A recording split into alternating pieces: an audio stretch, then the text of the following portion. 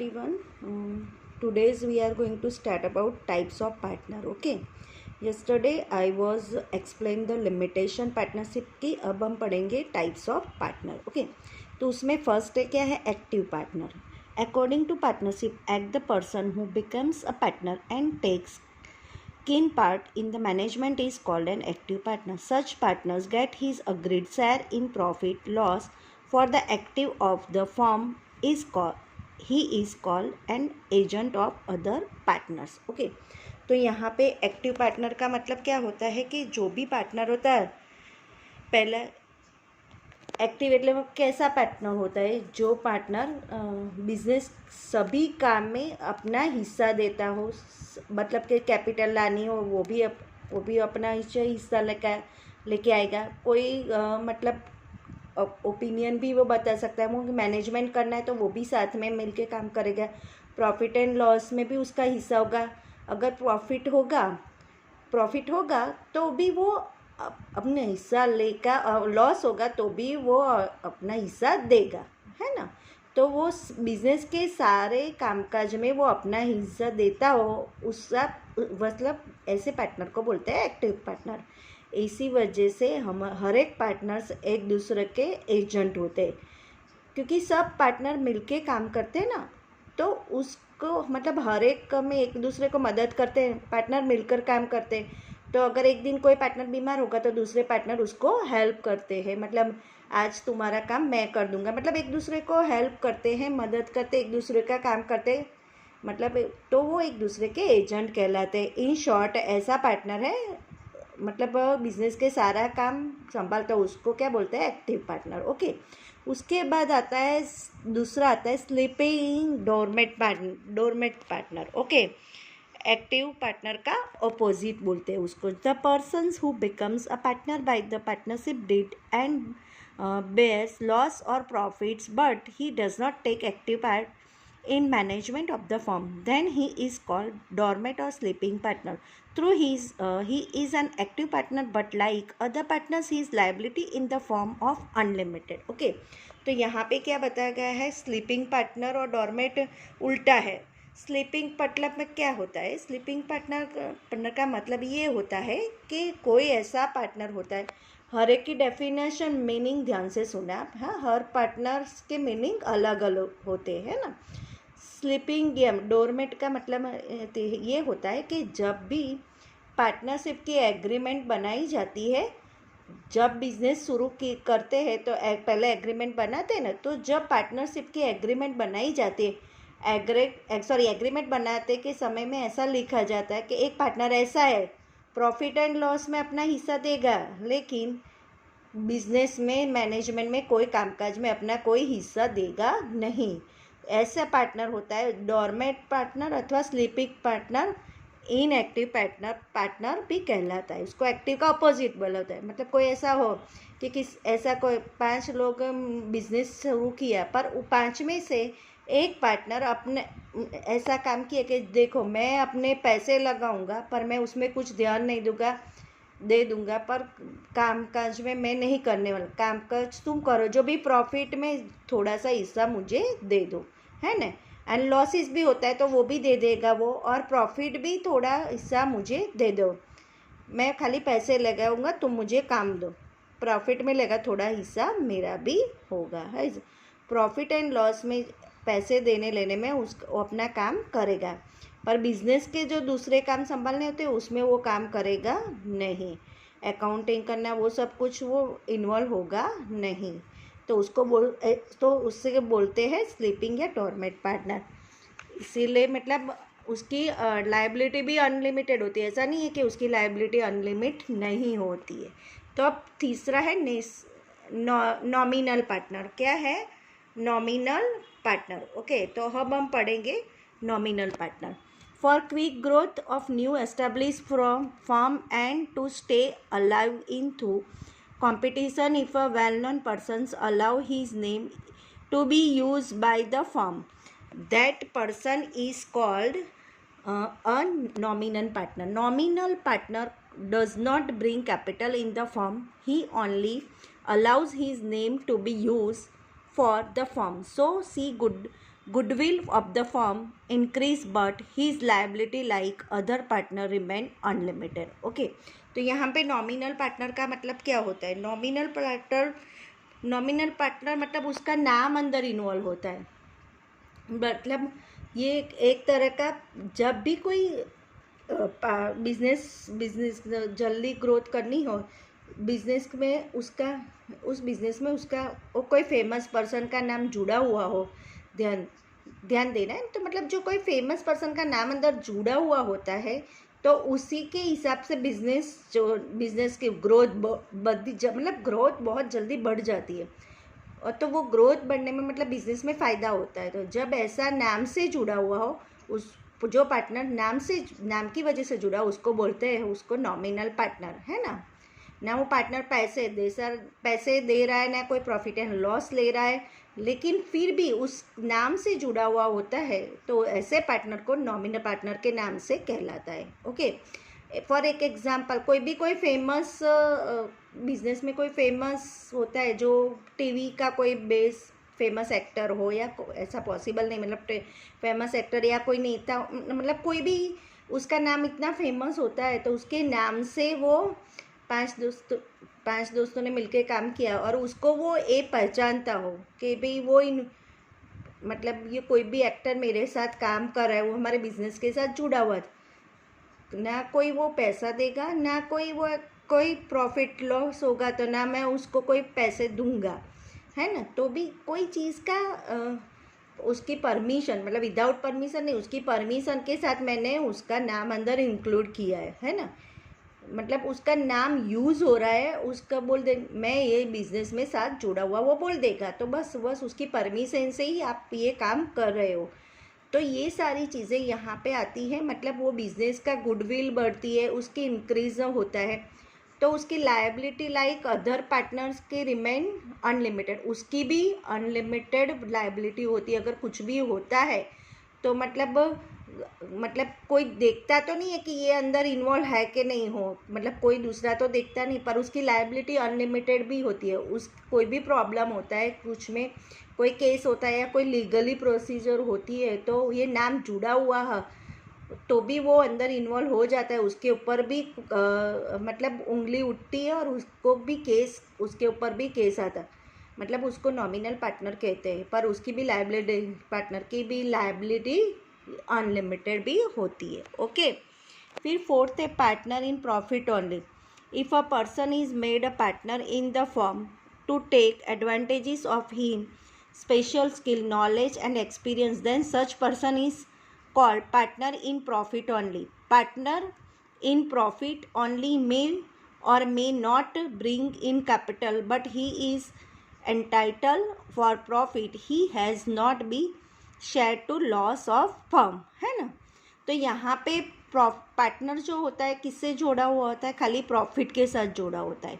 If person is made firm in partner take advantages, उसके advantage मतलब वो उसका हम लेते हैं स्पेशल स्किल, उसका नॉलेज, उसका एक्सपीरियंस हम लेते हैं, जिसकी वजह से वो person is called the partner in profit only. तो वो उससे मतलब उसको बोलते हैं पार्टनर, मतलब person of called the partner of profit only. तो ये सारी मतलब पार्टनर में जो प्रॉफिट से जुड़ा हुआ होता है उसको बोलते हैं प्रॉफिट ओनली, मतलब पार्टनर ऑफ प्रॉफिट ओनली।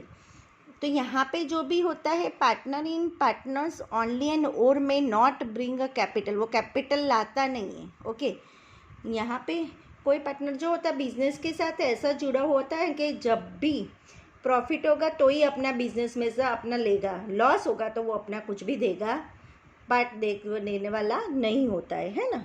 मतलब प्रॉफिट होता है तो इस पार्टनर को दिया जाएगा, पर लॉस होगा तो वो उस पार्टनर को कुछ भी पैसे दिए जाएंगे नहीं।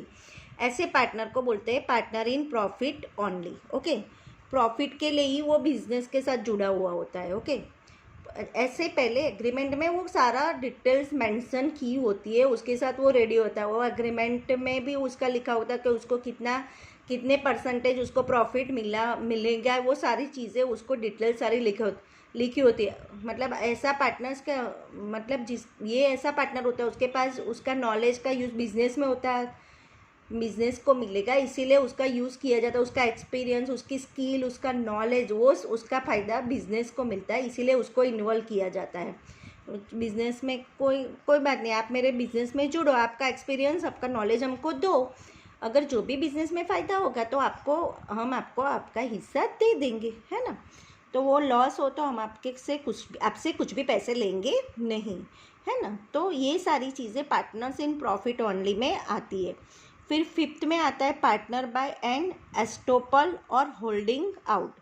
तो यहाँ पे आता है the person who has not sign the partnership deeded does not bring capital and does not share the profit but on the basis of behaviour when a third party assume him as a partner, then he is called partner by estoppel or holding out. Okay. Fifth, through he cannot take part in management and profit as the third party does business with the firm. After taking his credit, his liability becomes unlimited. मतलब estoppel and holding partner किसे बोलते हैं? देखो भी कितनी बार ऐसा होता है कि कोई पार्टनर जो है बिजनेस के साथ कोई भी तरीके से नहीं जुड़ा होता है, ना कैपिटल ला रहा है, ना कोई काम कर रहा है, ना कोई मैनेजमेंट कर रहा है, ना कोई प्रॉफिट एंड लॉस में कोई हिस्सा है। इन नॉमिनल पार्टनर की तरह, देखा ना, नॉमिनल पार्टनर की तरह वो उसका नाम भी जुड़ा हुआ नहीं होता है। तो लेकिन जब मैं बाहर की दुनिया में की थर्ड पार्टी कस्टमर वगैरह उसको ऐसा समझ लेते कि ये इसके साथ जुड़ा हुआ है, वो होल्डिंग पार्टनर कहलाता है। बाहर लोगों को ऐसा लगता है कि एक्चुअली कि ये पार्टनर इसके साथ जुड़ा हुआ है। फॉर एग्जांपल ऐसा मैं आपको समझाती हूँ कि कभी ऐसा होता है कि शॉप में कोई छोटी मोटी शॉप होती है, तो भले पार्टनरशिप की हो या सोल प्रोप्राइटरशिप की, तो जब भी कोई वो ऐसा किसी की शॉप है, तो कोई भी शॉप है, तो उस शॉप वाला मेरा दोस्त है या मेरा फ्रेंड है, कुछ भी बेस्ट फ्रेंड होने के नाते रोज़ शाम को उसके मिलने जाता हूँ, उसकी शॉप पे जाके बैठता हूँ। तो सब लोग आएंगे, देखेंगे, तो वो सबको ऐसा समझे कि इसी की शॉप है। आने वाले जाने लोग तो यही नज़र होती है, तो वो उनको दुनिया ऐसे, तो उनको ऐसा ही लगेगा कि ये भी इसके बिजनेस के साथ जुड़ा हुआ है ना। भले वो उसके साथ जुड़ा हुआ नहीं होता है, पर सबको ऐसा लगता है कि इसके साथ जुड़ा हुआ है, पर एक्चुअल में उसके साथ वो जुड़ा हुआ होता नहीं है। मतलब वो तो मैं अपने दोस्त समझ कर जाता हूँ, मतलब 7-8 बस जाऊँगा और वहाँ उसकी शॉप पे बैठूँ, गप्पे मारेंगे, तो वो एवरीडे वहाँ आते हैं, जैसे मैं जाती हूँ कि जाता हो, कोई भी हो, जैसा as a like for the example. पर बाहर के लोग जो देखेंगे कि ये रोज़ एवरीडे ये शॉप पे आता है, मतलब ये बिजनेस चला रहा है या फिर इनके साथ जुड़े हुए या कुछ भी पार्टनर है या कुछ भी, ऐसा वो समझ लेते लोग, समझे। पर रियल में ऐसा होता नहीं ना, अंदाजा होगा कि दोनों पार्टनर्स है ना, उसका पार्टनर ऐसा नहीं होता, मगर उसके बिहेवियर से ऐसा लगता है कि ये पार्टनरशिप उन लोगों को मान लेते, या कोई मतलब एडमिनिस्ट्रेशन नहीं करता है, वो तो एक अदर पर्सन है ना, तो उसको लेके उसकी भी लायबिलिटी अनलिमिटेड होती है। तो ये इस तरह के मैं उस बिजनेस का होल्डिंग पार्टनर हो गए। पार्टनर बाय एस्टोपल और होल्डिंग आउट, लोगों के हिसाब से मैं पार्टनर बन गया, ना अंदर मैंने पैसे दिए, ना मैं कुछ कामकाज करता हूँ, ना मैं कोई प्रॉफिट एंड लॉस में इन्वॉल्व हूँ, कि ना कोई मैं कुछ हिस्सा ले, तो मैं मेरा दोस्त है, मैं तो खाली उसके पास हेल्प करने के लिए जाता हूँ। समझ आ रही? तो ये ऐसी कंडीशन को क्या कहलाती है? होल्डिंग पार्टनर की कहलाती है, जो बिजनेस के साथ कोई भी तरीके से जुड़ा हुआ नहीं है। बाहर के लोगों को ऐसा लगता है तो वो बिजनेस का पार्टनर है, तो उसको होल्डिंग पार्टनर बोलते हैं। अगर बाय चांस कभी भी ऐसा होता है कि बिजनेस में कुछ गड़बड़ हुई ना, तो ये लोग सबसे पहले होल्डिंग पार्टनर को पकड़ते हैं, है ना। आप पर जस्ट एग्जाम्पल, मैं रोज़ बैठने जाता हूँ, तो फिर मतलब लोग समझते हैं कि मैं उसका पार्टनर हूँ, तो वो साथ दोनों पार्टनर ही हैं। बाई चांस कभी भी मेरा दोस्त प्रॉब्लम करके, कुछ गड़बड़ करके, गलत काम करके बाहर निकल गया, कहीं शॉप बंद करके चला गया, कि भाग गया, तो आसपास के लोग मेरे पास आएंगे, मुझे पकड़ेंगे, तो रोज़ तुम दुकान के बैठना, तो उस पक्के दोस्त तो आपका फ्रेंड कहाँ गए है तो वो पार्टनर ही हो, तो अब बताओ जो भी नुकसान तू दे बताओ, ऐसा है तुम चुकाओ, ऐसा होता है कभी। लोग हमेशा सबसे पहले होल्डिंग पार्टनर्स को पकड़ने आते हैं, तो उसको बोलते हैं होल्डिंग पार्टनर। उसके बाद आता है 6 minor partner. According to the partnership act only an adult person is able to sign the partnership deed. Therefore, only an adult person can become a partner. A minor cannot. If any of partners dies, then his minor child can be made of a minor partner. A minor partner has no liability to pay the debt of the firm. Creditors cannot take the person property of minor partners when he becomes an adult and he is desires, then he can become a partner just like other partners. मतलब जो as के हिसाब से business के लायक ना हो उसको बोलते हैं माइनर पार्टनर। कभी कभी ऐसा होता है कि जब भी बिजनेस में कोई एग्रीमेंट के लिखा हुआ होता है कि हर चीज़ पार्टनरशिप में यही होता है, एग्रीमेंट में लिखा हुआ हो, तो अगर किसी ने कहा हो कि 5 पार्टनर है, उसमें से एक एग्रीमेंट में पहले से ही लिख के दिया, अगर मुझे कुछ हो गया, मेरी डेथ हो गई कि मैं ना हूँ, तो मेरे बाद मेरा बेटा पार्टनर बनेगा।